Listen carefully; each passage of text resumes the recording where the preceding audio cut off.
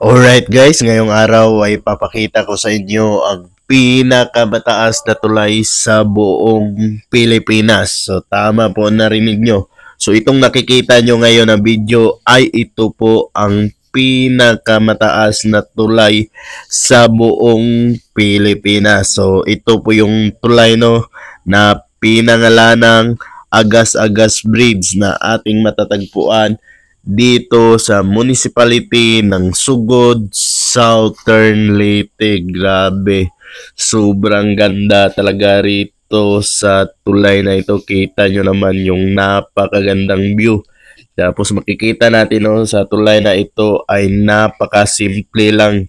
Halos wala kang makikitang disenyo pero ang kagandahan dito ay sobrang tibay.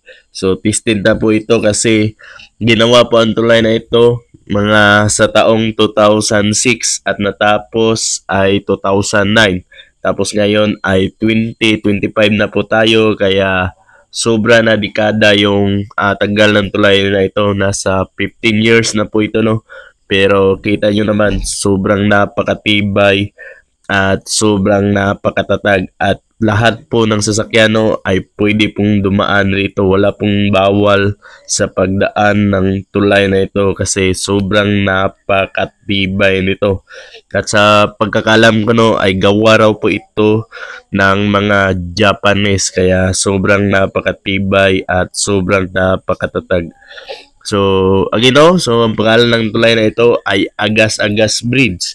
Siguradong madadaanan mo ito pag ikaw ay nanggaling or nakapagbiyahe ka na galing San Ricardo ng Leyte patungo sa Baybay City ng Leyte. Sigurado talagang madadaanan mo talaga ang napakagandang tulay na ito. So, ulitin ko lamang po So, ito po yung may hawak ng titulo ngayon sa pinakamataas or the tallest bridge, pinakamataas sa buong Pilipinas, the tallest bridge in the Philippines. Grabe, kita nyo naman sobrang ganda at sobrang napakataas ng tulay na ito. Ang kagandahan pa dito ay mayroon silang parang view deck or terrace. Pwede kang pumunta dyan sa gitna at kumuha ng napakagandang litrato. Maganda rin kasi ang view rito lalo na pag morning dahil nagkakaroon ng sea of clouds sa tulay na ito kasi sobrang napakataas.